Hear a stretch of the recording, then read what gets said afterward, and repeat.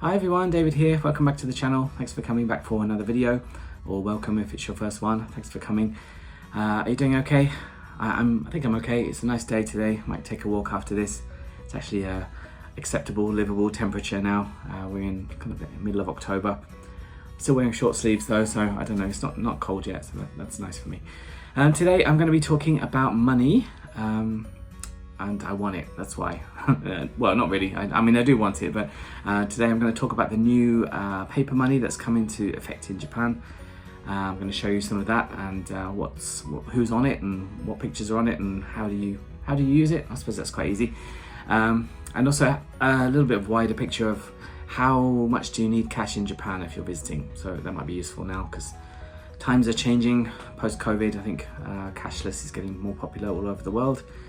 So that's what I'm going to talk about today. So please like this video, subscribe. As I'm making this, I've got 992 subscribers, so maybe you're going to be the 1000th one. Leave a comment. If you want to give me some money, you can do that too. And please share this video if anyone's planning to visit Japan soon and they're worried about money. Okay, so let's get into it. I'll start off with a coin actually. I did actually make a video, I think 2 years ago, about Japanese money, and I might cover a little bit of the same topic, so I'm not going to link to that, but we did get a new 500 yen coin here. I'm going to put a little exchange rate up here. The exchange rate changes so quickly, so you know, don't take this as gospel. But this is the new 500 yen coin. It's quite nice as well, sort of like a two-tone one. And they're all very new now, so it looks very exciting. I've brought a little old one for comparison. They look pretty much the same, but the big difference is this has got the two-tone color on it, and this one's only got the just the gold color one. I don't know what it's made from actually, but it's yeah, very feels rich if you have one of those. So there we go. That's quite nice. Some vending machines are still having trouble with these, even after all this time. Vending machines take a little while to get adjusted. So it's got 500 there, and it's got I didn't research this, what kind of flower that is on the back. That's something very important, I guess. It does have the well, it just has Japan written on it. It's also got the amount, and it's got the year somewhere. Okay, yeah, so this one, if you've got good eyes, this says Reiwa. So Reiwa is the current period we're in now. Reiwa 6th year. I think that might be this year or last year, I'm not sure. This is a very new one. Well, I guess it has to be if it's a new coin. So that's the 500 yen. But we've got some new notes to look at today. And I've got some notes here to tell you what they all mean. First, let's start off with the 1000 yen notes. They've got a few extra features on them now because this is to stop counterfeiting. They've got like a hologram. I don't know if that'll show up on the video or not, but there we go. Just a little hologram portrait. And if you, I can't really show it now, but if you hold it up to the light, this little window has the portrait as well. So there we go, nice and fresh and new. I feel like the numbers look a bit strange because this big 1000 on it looks like kind of Monopoly money or something. But anyway, it kind of feels similar to the old one. In the UK we had sort of a paper, I don't know if it's like paper or cotton or whatever it was, notes, but then they moved to a kind of a plasticky one. This is still feels like the same material. I'm going to check my notes about who this is. This is Shibasaburo Kitasato, who is famous in the field of medicine. Apparently he founded the first medical department in Keio University, which is one of the big universities in Tokyo. Apparently he was nominated for the very first Nobel Prize for medicine, I think, with his, he kind of co-discovered something, and they only gave it to the other guy, so that's a bit sad. So, but he's been recognised today. He's in the money. On the back, probably don't need any introduction to this. This is a print of the Hokusai famous ink block. Is that what it's called? Wood block print. The Great Wave of Kanagawa. Excuse me, feel that coming. You can see Mount Fuji in the back there. So this is one of the most famous artworks in Japan, well, especially for foreign people. There we go, that's the 1000 yen. 5,000 yen, this is why it's taken me a while to do this video, because it took me ages to find the 5,000. 5,000 yen has got this kind of foil band down it as well. I guess the 1,000 yen's not worth faking, so they've added this sort of foil hologram band instead of the little hologram picture they've got on the other one. So they've still got holograms, but can you see? I don't know if you can see that well. So this lady is Umeko Tsuda. She founded a all-women's school in all-women's English school, which was one of the first ones of those. She studied overseas in the US to learn English.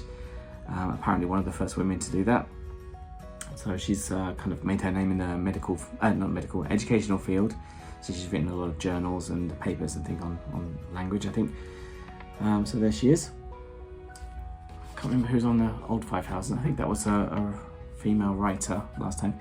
On the back you've got some nice wisteria flowers.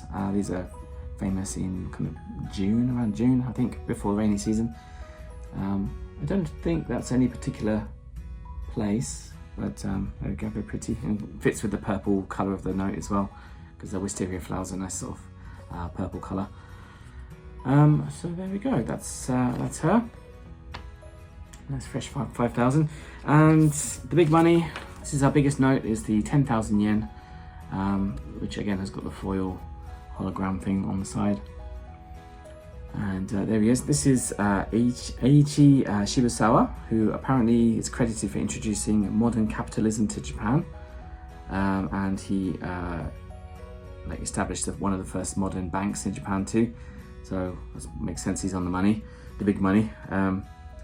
So yeah, there he is. He's a famous economist, businessman, I suppose. He started hundreds of companies as well in his career, and some of those companies are apparently still in business now. So that's good for him.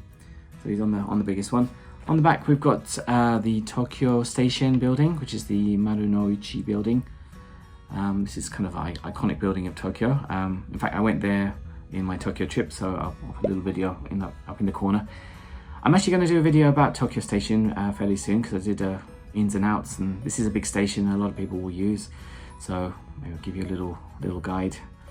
But there we go, this is the 10,000 yen note. This is the biggest one that we get. As for they're pretty much the same size. So I've got the old 1,000 yen note here for size comparison. They're pretty much the same size. Maybe like a few millimeters either way, I don't know, this feels about the same. But these new notes are a little bit complicated because some of the machines have not been updated yet. If you go to a bank or a train station or most shops, then you can accept them, especially with the self-pay things. But some places don't accept them yet. There's a fairly local train station I go to for my job, and it's really inconvenient to top up your balance there, because not only do they not take the new notes, they also don't take 5,000s or 10,000 yen notes of the old ones even. So if you can only use this 1,000 yen type note, not the new ones. So that's a bit of a pain. I guess they're going to get updated gradually. So there we go, that's the new money. I'll just to complete the set, I've done this in another video, but I'll show you all the other coins we've got. So I've shown you the 500, next one down is the 100 yen. You'll probably be familiar with this if you've ever been to a 100 yen store, because sometimes it's like the icon. So this has just got 100 on it, and the year, when was this? Showa 59. Oh wow, this is an old one. I think I was born in Showa 57, I think. So this is 1984, I want to say. So it's pretty old. And these are sort of, yeah, some more flowers on the back. I don't know what, I'm not a botanist, I don't know what that is. 50 yen as well, this is very similar. You sometimes get confused with the 100 yen, but it does have this hole in the middle. So you've got 50 yen, when was this from? This is Showa 56, so this is even older. This is maybe 1981 then. They've got the hole in the back and some more flowers on there. I think I know what those are. I think those are chrysanthemums, which are a symbol of the royal family in Japan.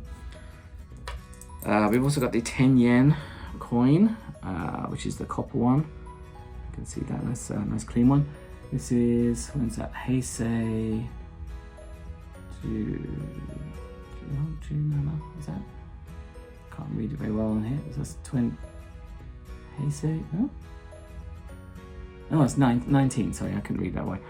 Heisei 19, which is, well, Heisei started in 89, so that's about year 2000, I think.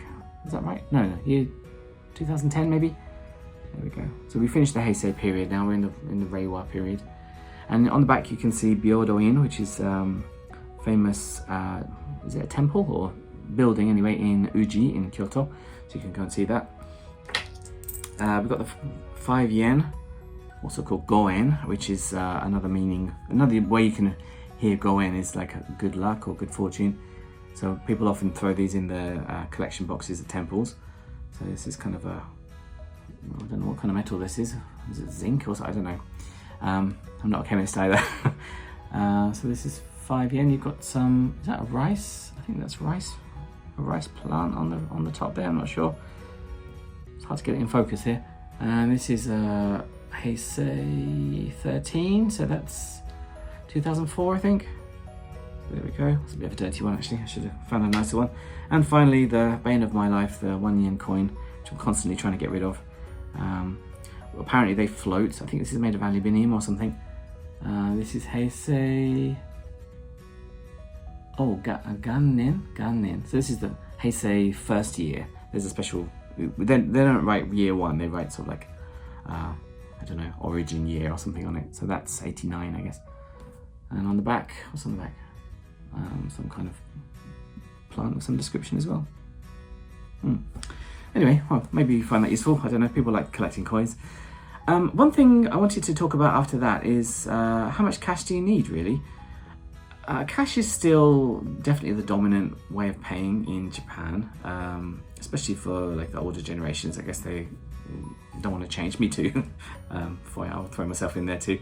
I find cash easier to understand how much money I've got and how much I'm spending.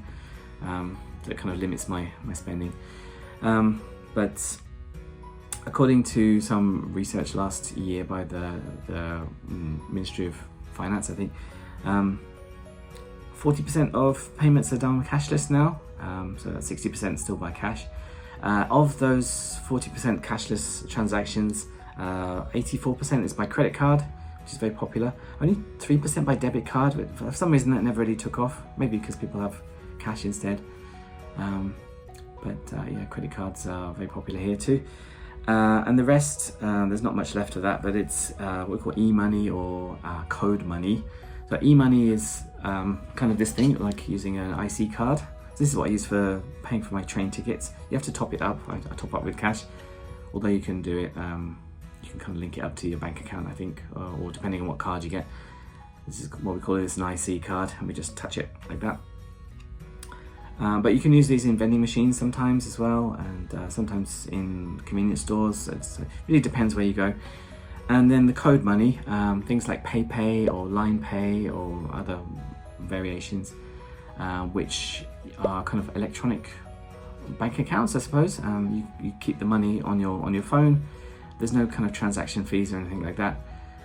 You can top it up by card. You can top it up by using money in ATMs.